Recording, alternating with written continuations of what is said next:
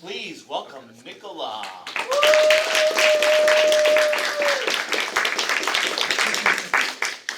So, for my Zenith, I present to you my Plan A, the narrative animation doomed by my own excess whimsy. I've prepared an abridged timeline of events for your convenience. So last year, I was very inspired by Inez and Kaisa's world-building trailer animation. It was incredible, and I thought, oh my gosh, that's totally what I'm going to do for my Zenith. Like, that's like the coolest thing ever. So I spent the next year, like, fantasizing about this thing, like kind of storyboarding in my head, like, oh my gosh, this is going to be the coolest thing ever. And it very quickly spiraled into something that no singular teenager could ever complete. In the span of a couple months, it was going to be like a 2-minute plus animated music video extravaganza. So, fast forward to a couple months ago, I started working on this thing, and it ended how you'd expect. So, brief moment of silence for what was and what could have been. Now the music's not playing. What? Okay, it was shared. Let's see if I can play it on here. I'll work on it. You keep going. Really? You keep going. Go. Okay. It was supposed to play I Will Always Love You by Whitney Houston. Everybody sing it. Ready? What? That's good? Yeah, I'll sing it.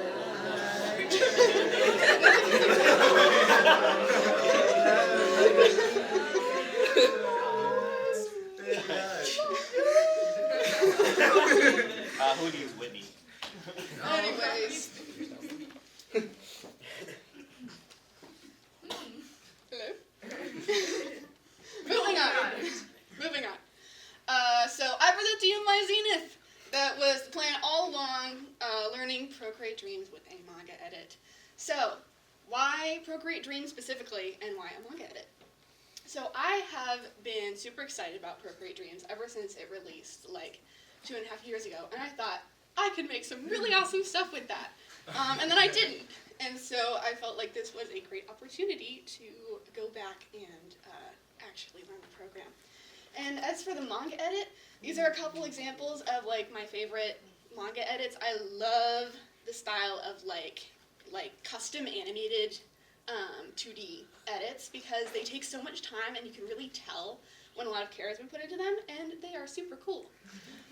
So I thought Procreate Dreams plus manga edits is a brilliant idea. So first I have to choose what I'm actually going to edit. For me, the choice was easy. Music still isn't playing. Okay, pretend there's a drum roll. This guy! So who is this incredibly mysterious man? This is my favorite character from Witch Hat Atelier, which is like one of my favorite series right now.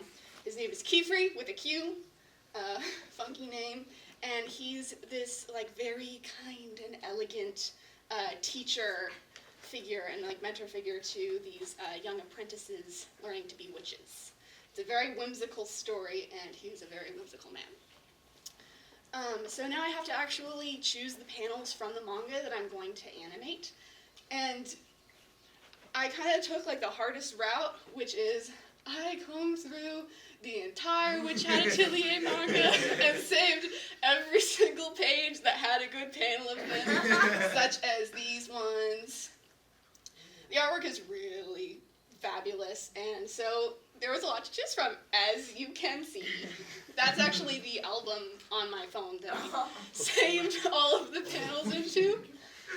So these are my final 5. The one in the bottom right is for the intro of the song, so that's why it's a little more simple.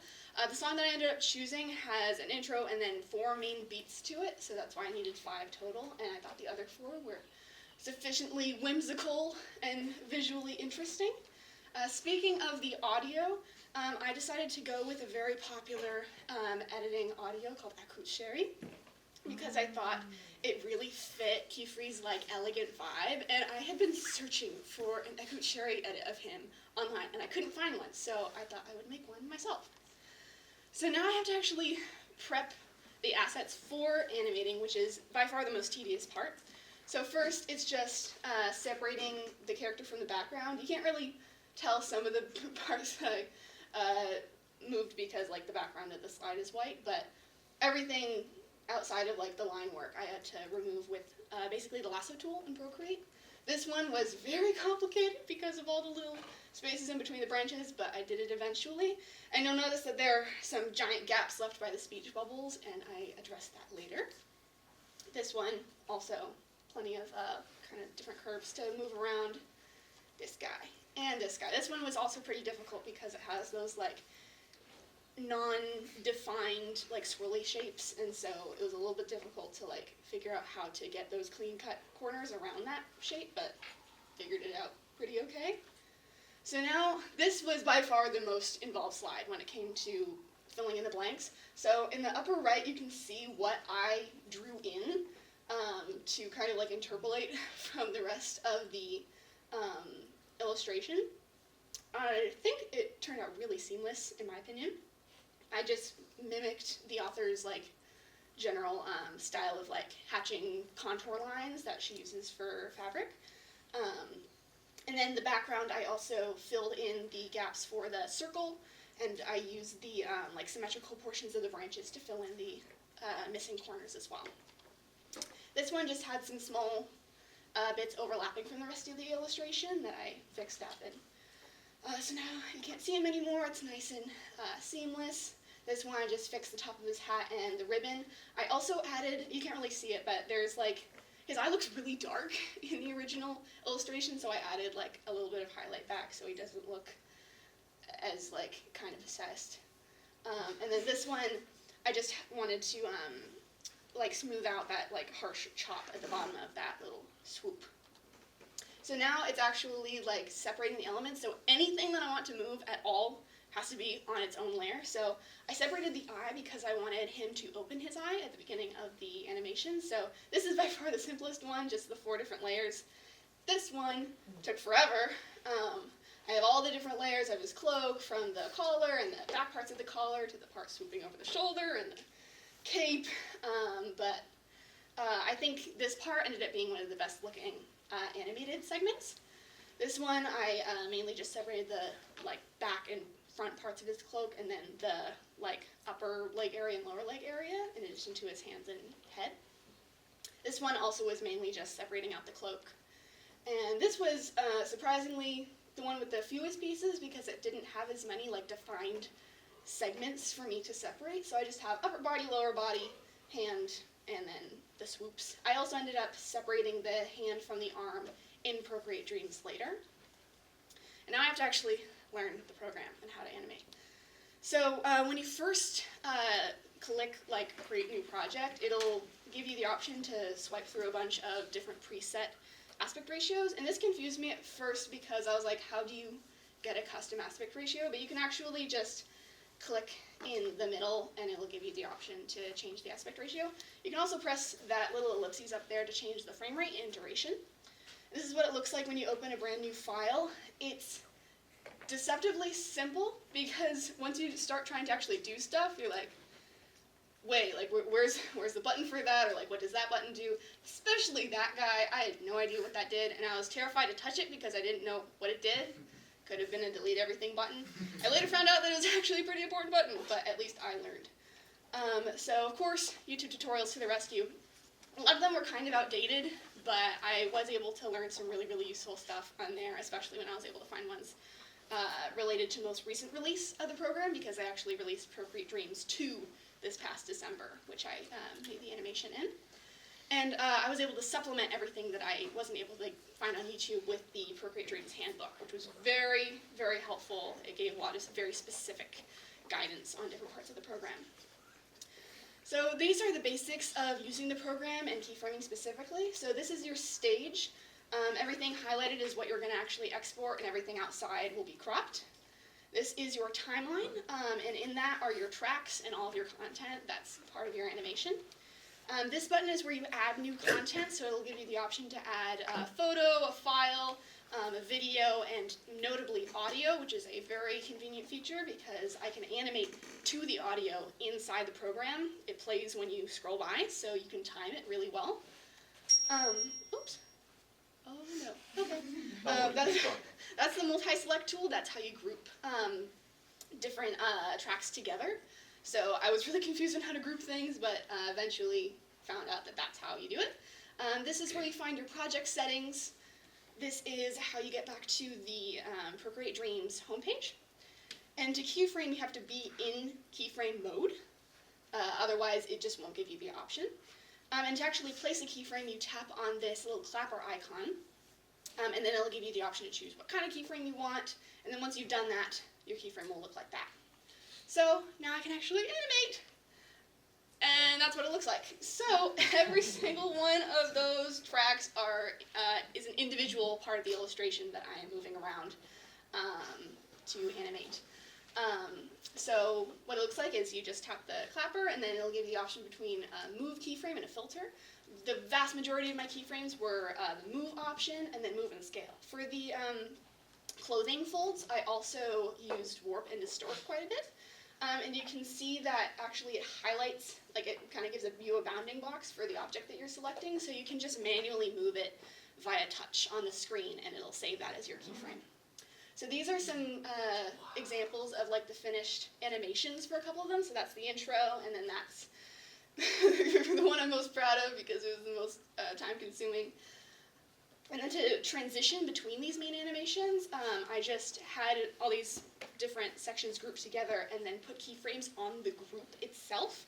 So that way I could just move the whole thing, like off-screen to on-screen to off-screen, instead of having to move like each individual component and like line it up. Oops. So yeah, just like that area up there instead of the tracks below it. And then for the I added an extra effect to make the edit a bit more dynamic, where it's an illusion where it seems like the aspect ratio of the edit is like changing to the beat. And so I just added these like black boxes and had them move around the edge of the stage to make that effect. And then finally, just to make the intro, I took a clip from the anime, which is still releasing, and there's a new episode today, and it's really good, and everyone should watch it. And I added this effect down here. It's like a retro effect to kind of make it look soft and contrast more with the manga visuals. And then I added a fade at the beginning as well. And after that, it was just some touch-ups and some fades, and I looped the whole thing as well. And yeah, it sounds good. Hopefully it'll work. Okay. Or else we'll just watch it in silence. Okay, We'll sing again. Okay. No. Here we go. Nope. Okay, it's not playing. Give it a second. It's gotta Give keep it a going. second. It's gotta kick off. Okay. Oh, there we go.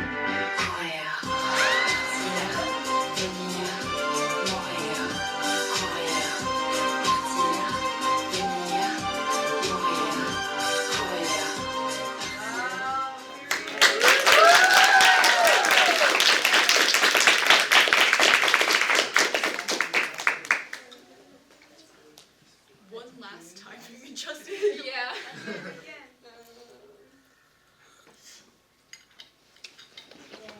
Okay. Oh, I forgot the clicker. Well, wait, it's Yeah. Well, anyways. All right. That was my manga edit made in Procreate Dreams. Any questions? What device did you use? This was all on my iPad. Did you use an Apple Pencil? Yes.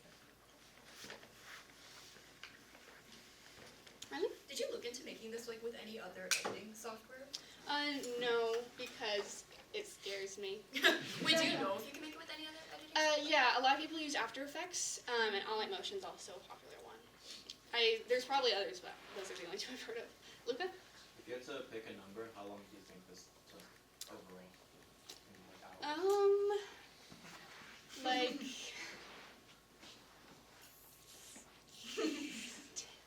I want to say like 10, because I had like sessions of like an hour spread over like a couple of weeks, like every day.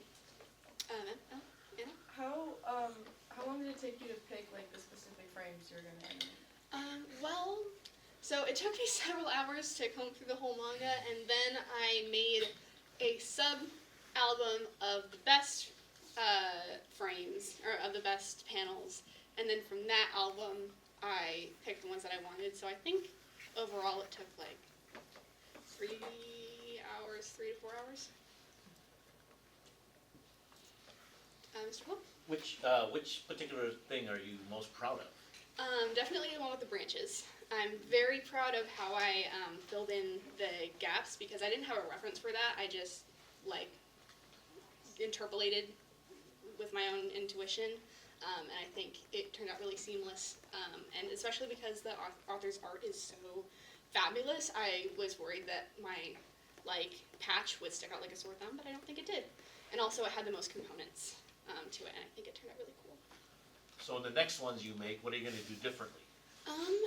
Well, definitely different music, and I would probably pick from my now pre-established catalog to find new panels to animate. Lincoln? How do you choose what determines what a good panel is? It's pretty. They're all pretty, but it has, I guess, movement to it. So there are a lot of panels of him that are kind of smaller. There's this one of him pulling out a sword, and it looks really good, but it's well, there's only so much motion you can give that with just pulling it out. But with the kind of splash art, there's a lot more you can do because you can kind of give them that idle look of instead of it being like a preset rigid motion kind of. Anyone else? Very impressive.